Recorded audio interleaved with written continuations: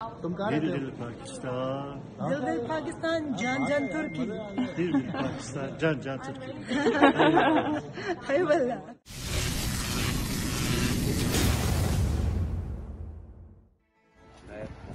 السلام علیکم. اس وقت ہم یہاں پر اس قبرستان میں آئے ہیں فاتحہ پڑھنے کے لیے ترک لالا کی قبر پر.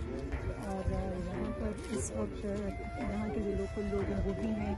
ترک لالا کا کیا کنٹریبیوشن تھا ترکی کے حوالے سے اور کس طرح سے انہوں نے یہاں پر آ کر پاکستان اور ترکی کے درمیان ایک بہت امپورٹنٹ رول پلے کیا. اس حوالے سے پوری تاریخ ہے جو بہت سے لوگوں کو نہیں معلوم. اسی حوالے سے یہ پروجیکٹ جو ہے اس پر کام ہو رہا ہے. تو اللہ تعالیٰ ہم سب کو اس میں کامیابی عطا کرے اور یہ پروجیکٹ جب آئے گا تو logوں کو بہت خوشی ہوگی. Bir büyük kahraman, onu saygıyla, hürmetle, minnetle yad ediyoruz ve onun gibi büyük safları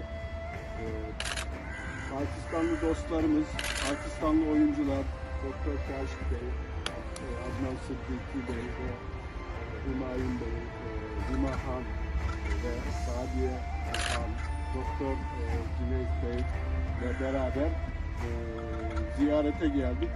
Allah dualarımızı ve fatihalarımızı kabul etsin.